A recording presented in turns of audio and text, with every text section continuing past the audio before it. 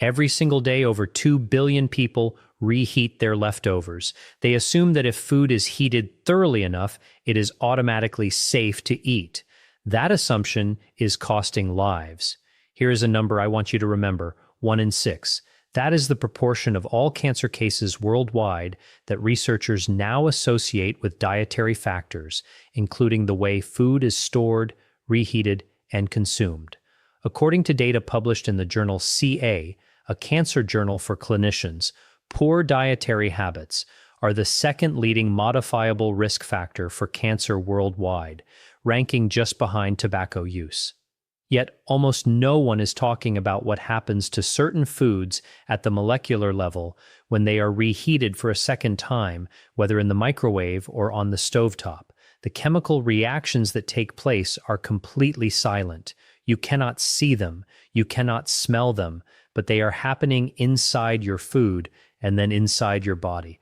My name is Dr. William. I have spent more than 15 years studying nutritional biochemistry and the relationship between food science and preventive oncology. Today, I'm going to show you 4 foods that you are almost certainly reheating. Foods that are probably sitting in your refrigerator right now, which undergo documented, scientifically verified chemical transformations when reheated. Transformations that carry a measurable cancer risk. Stay with me until the end of this video, because the 4th food on this list is one that almost every health-conscious person believes is completely safe. That belief, however, is dangerously mistaken. Before we go any further, I want you to understand something important. This is not about a minor inconvenience. This is not about an upset stomach or temporary food poisoning. What we are discussing is the slow, cumulative buildup of carcinogenic compounds inside your body over months and years, the kind of silent damage that often goes unnoticed until it becomes extremely difficult to reverse. Cancer rarely develops overnight. It is a gradual process, a slow progression. The building blocks of that process: free radicals, advanced glycation end products, nitrosamines, and lipid peroxidation byproducts, often enter your body not through cigarette smoke or industrial pollution, but through your own kitchen.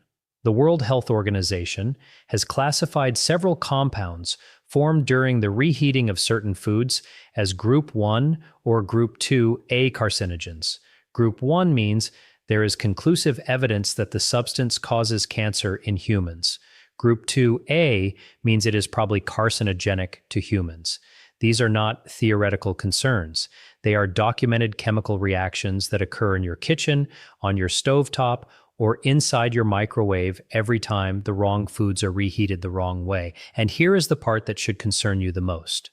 The people at greatest risk are not those with unusual eating habits.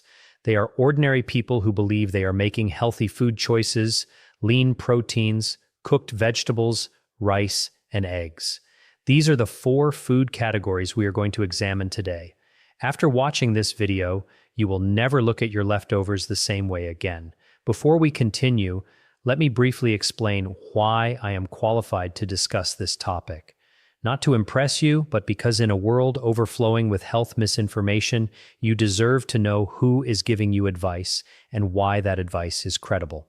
I completed my medical training with a focus on internal medicine, followed by advanced fellowship training in nutritional biochemistry.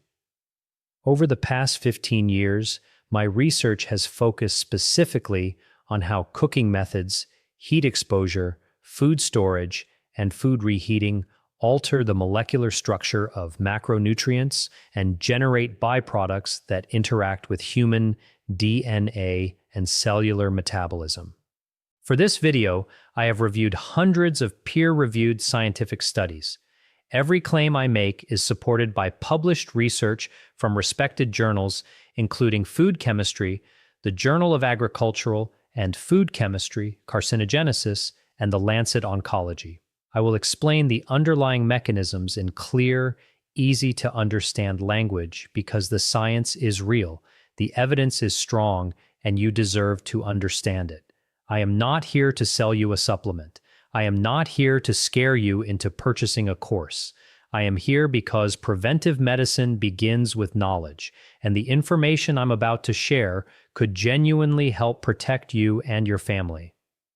Before we discuss the specific foods, I need to give you a brief but essential introduction to food chemistry.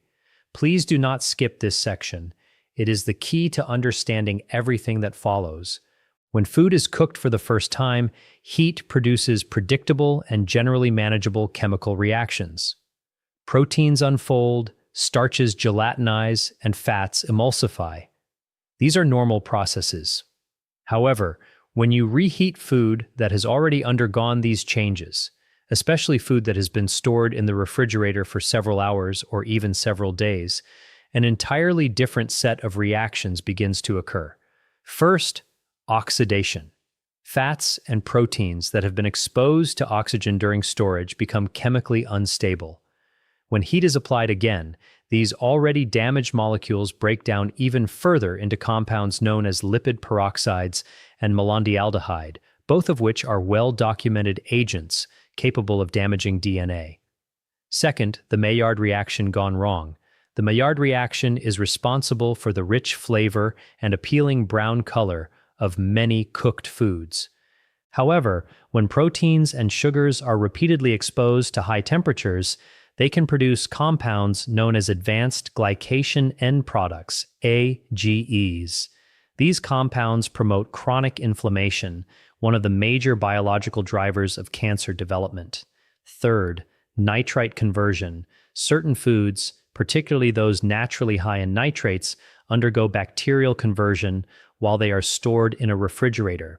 When these foods are reheated, the nitrates are converted into nitrites, which can then be further transformed into nitrosamines, compounds that the World Health Organization classifies as probable or confirmed carcinogens. Three mechanisms: oxidation, advanced glycation, nitrosamine formation. Keep these three terms in mind as we go through each food, because you will see one or more of these mechanisms involved in every example we discuss. Food number 1, cooked rice. Rice is the most widely consumed staple food on Earth. More than 3 billion people rely on rice as their primary source of calories. Billions of those people reheat leftover rice every single day. It is a deeply ingrained habit across nearly every culture in the world.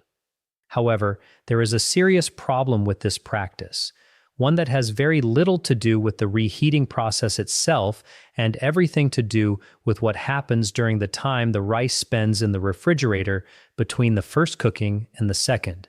As cooked rice cools, it becomes an almost ideal environment for the growth of a bacterium known as Bacillus cereus. This is not a rare contaminant. It is naturally present in raw rice. It survives the initial cooking process and can multiply rapidly in cooked rice that is left at room temperature or stored in the refrigerator for extended periods. When you reheat the rice, the heat may kill the bacteria, but it does not destroy the heat-resistant toxins they have already produced. Those toxins survive the microwave. They survive the stovetop, and they enter your digestive system intact. However, while the bacterial risk is significant, it is not the primary cancer concern. The cancer concern is this. Bacillus cereus produces a toxin called cereulide, which laboratory studies have shown can damage the mitochondria inside human cells. Mitochondrial dysfunction is recognized as one of the early biological events that can contribute to malignant cellular transformation, the process by which a healthy cell gradually becomes cancerous. There's another less frequently discussed but equally important concern associated with reheated rice.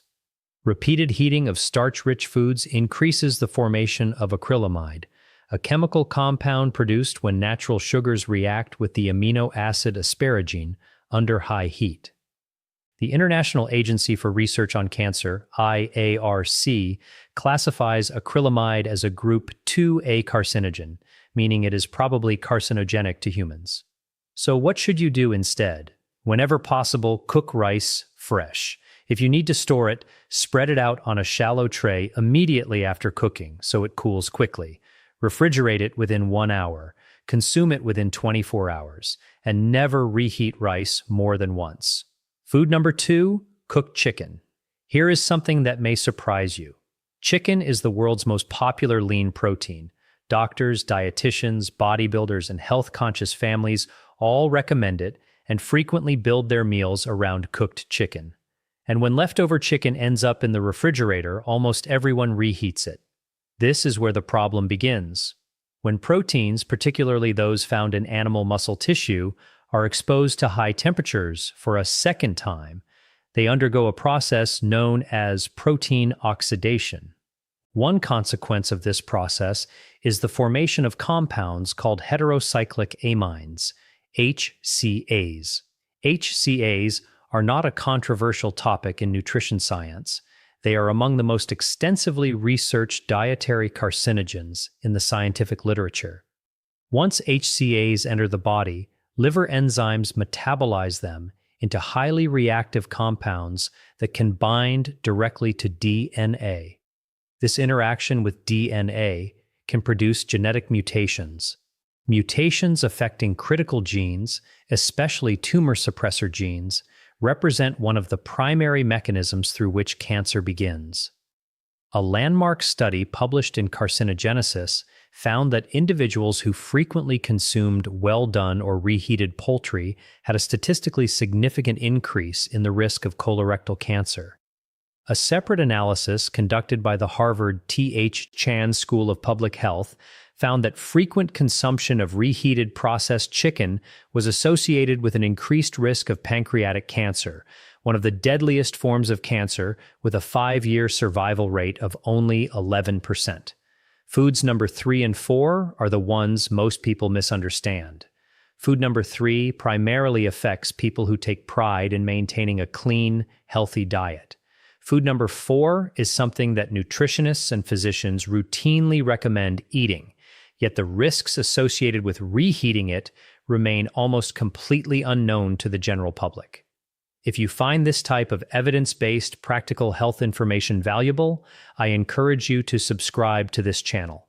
I publish one new video every week, and each one follows the same approach as this video: peer-reviewed scientific research translated into practical information that you can actually apply. No hype, no supplements, no hidden agenda, just the science and what it means for your health. Food number 3. Spinach and other nitrate-rich leafy greens. Spinach is arguably one of the most celebrated vegetables in healthy eating. It is rich in iron, folate, magnesium, and powerful antioxidants. Nutritionists, oncologists, and cardiologists consistently recommend eating more spinach, and they are absolutely right. When it is eaten fresh or cooked once and consumed immediately. The problem arises when spinach is stored and then reheated. Spinach, along with celery, beets, lettuce, and Swiss chard, is among the richest dietary sources of naturally occurring nitrates. In their natural form, these nitrates are beneficial. They help support cardiovascular health and contribute to healthy blood pressure regulation. However, once cooked spinach is refrigerated, naturally occurring bacteria on the surface of the leaves begin converting those nitrates into nitrites. This is the same chemical conversion that occurs in cured meats. It is also one of the reasons the World Health Organization classified processed meat as a Group 1 carcinogen in 2015. When spinach that has been refrigerated for 24 hours or longer is reheated, you are applying heat to a vegetable that has already undergone substantial nitrate to nitrite conversion. Under heat, those nitrites can react with amino acids present in the spinach and later in your stomach to produce nitrosamines. Nitrosamines are among the most potent dietary carcinogens identified by modern science. Animal studies have shown that they can induce cancer at remarkably low doses. In addition, epidemiological research consistently associates high nitrosamine exposure with an increased risk of gastric, esophageal, and colorectal cancers. This is not a hypothetical concern created for this video. The European Food Safety Authority, EFSA, has issued formal guidance regarding dietary exposure to nitrates and nitrites from vegetables, specifically warning about the potential risks associated with reheating nitrate-rich vegetables after they have been stored following cooking. The irony is devastating. One of the healthiest foods on Earth can become a source of carcinogenic compounds simply because of a storage and reheating habit practiced every week by millions of health-conscious people. So what should you do instead? Cook spinach and other leafy greens fresh whenever possible. Eat them immediately after cooking. If you have leftovers, consume them cold within a few hours. Do not refrigerate cooked spinach with the intention of reheating it later. If you absolutely must store it, keep it in an airtight container, consume it within 6 hours, and do not reheat it. Eat it cold instead. Food number 4, eggs.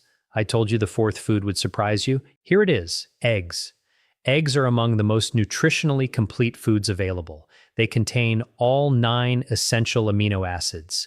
They are an excellent source of choline, an essential nutrient that supports brain function. They provide significant amounts of selenium, an important mineral involved in antioxidant defense, and they also contain lutein and zeaxanthin, 2 antioxidants that help protect both eye health and cellular health. By almost every nutritional standard, eggs are one of the healthiest foods you can eat. However, reheating eggs, especially scrambled eggs or hard-boiled eggs, creates a specific and often overlooked chemical problem that very few people discuss. Eggs contain approximately 13% fat, with most of that fat concentrated in the yolk. When an egg is cooked for the first time, the fats in the yolk undergo an initial stage of oxidation. This is a normal and expected process. However, when a cooked egg is refrigerated and then reheated at a high temperature, those already oxidized fats undergo secondary lipid oxidation at a much faster rate. The byproducts produced during this process, particularly malondialdehyde and oxysterols, are now well documented in the scientific literature. Oxysterols in particular have attracted considerable scientific attention over the past decade. These compounds are oxidized forms of cholesterol that develop specifically when foods containing cholesterol are repeatedly heated.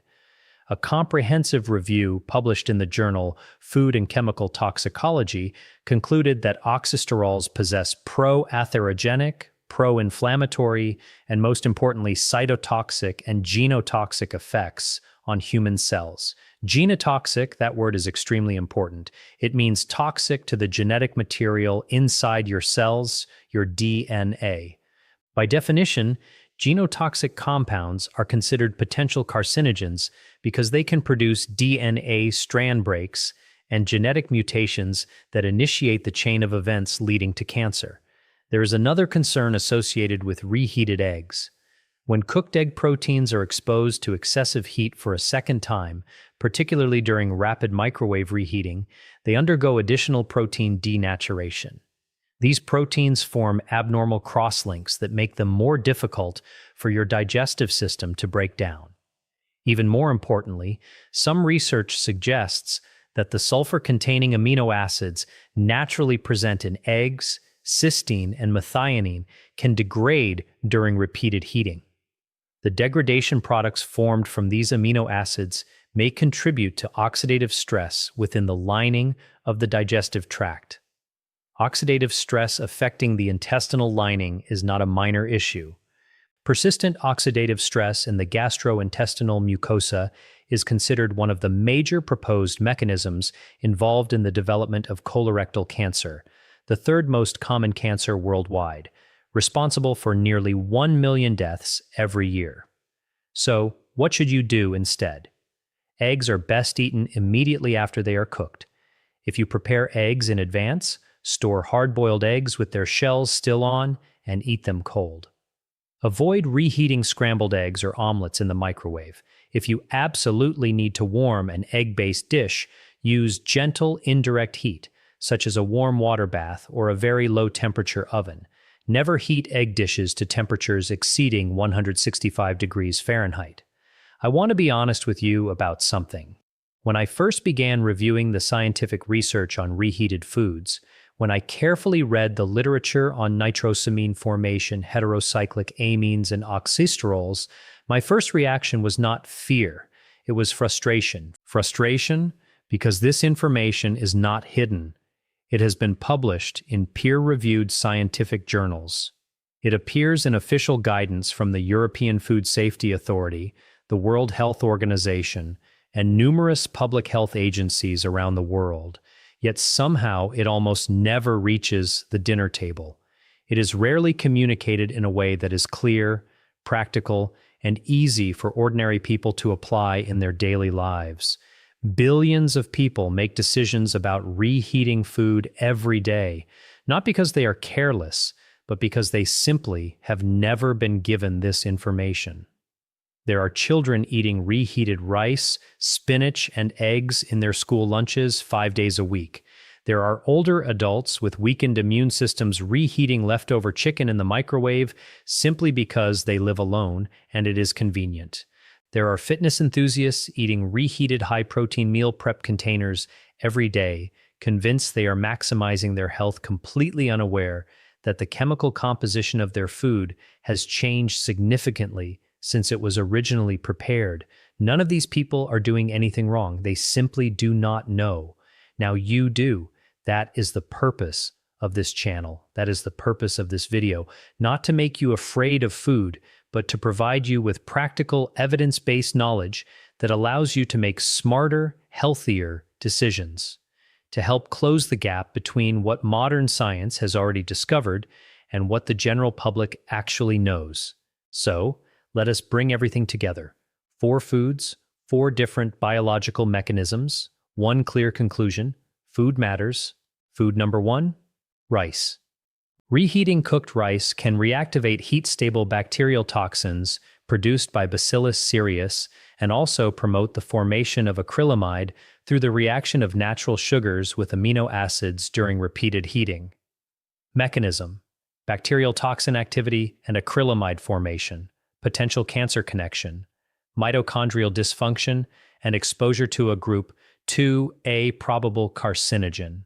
Food number 2, chicken. Reheating cooked chicken at high temperatures promotes the formation of heterocyclic amines, HCAs, through protein oxidation while also increasing lipid oxidation, byproducts such as melandialdehyde and 4-hydroxynonenal. Mechanism: protein oxidation and lipid oxidation, potential cancer connection, direct DNA, interaction by HCAs, and an increased risk of colorectal and pancreatic cancers. Food number 3, spinach and other leafy greens. During refrigeration, bacterial activity converts naturally occurring nitrates into nitrites.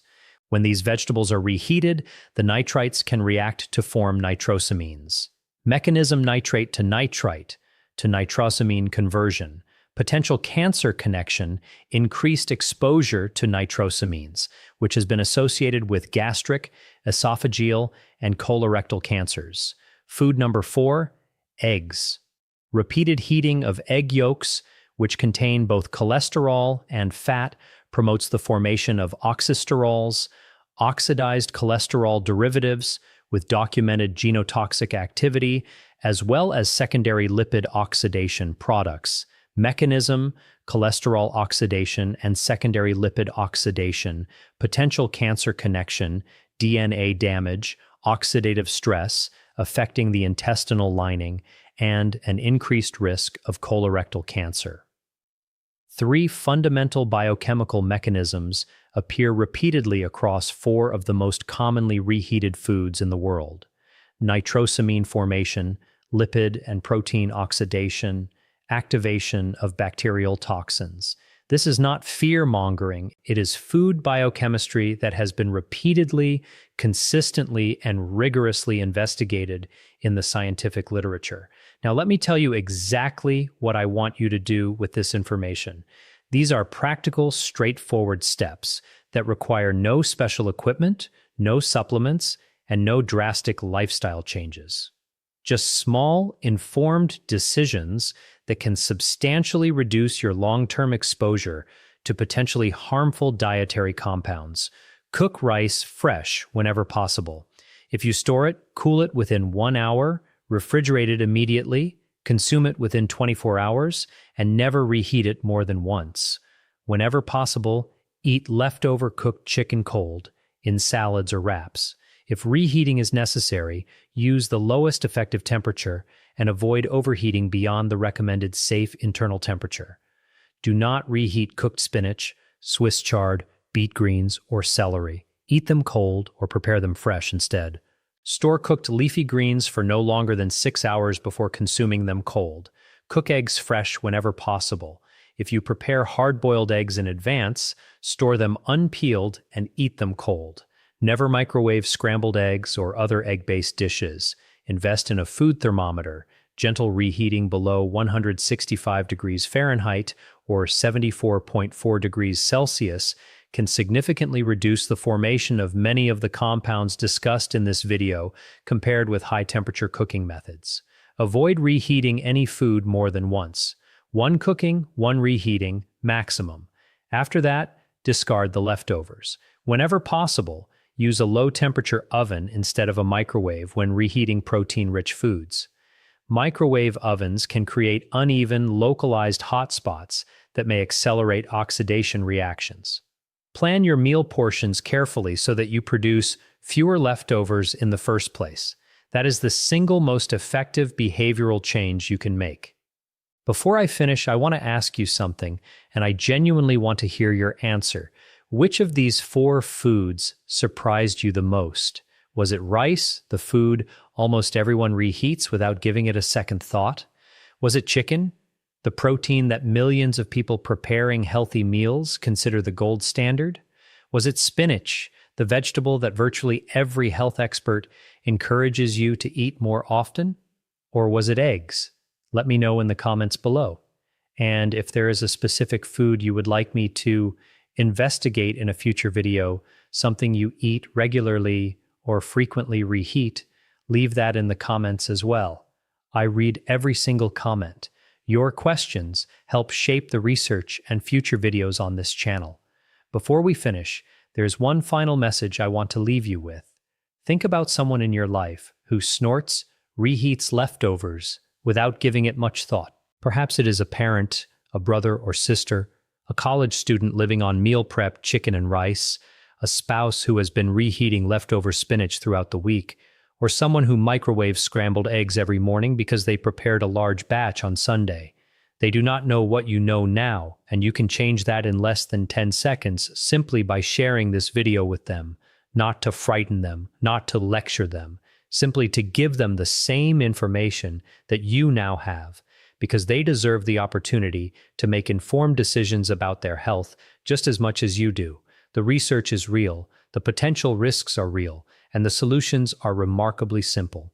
Share this video because preventing cancer is not only a personal responsibility, it is also something we can help one another achieve.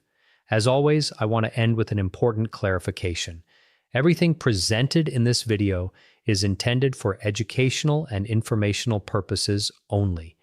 It is not intended to serve as personal medical advice, a medical diagnosis, or treatment recommendation. The scientific evidence discussed in this presentation reflects findings published in peer-reviewed medical and scientific literature available at the time this video was produced. Food science continues to evolve rapidly, and recommendations may change as new, high-quality evidence becomes available. I strongly encourage you to consult your own physician, registered dietitian, or another qualified healthcare professional before making significant changes to your diet, particularly if you have an existing medical condition. The mission of this channel has always been to translate complex scientific research into clear, practical, and evidence-based information. Not to replace your doctor, not to create unnecessary fear, but to ensure that the same scientific evidence available to researchers and public health professionals is also available to you, because you deserve nothing less than complete, accurate, evidence-based information about your own health. Thank you for watching. I'm Dr. William, and I look forward to seeing you in the next video.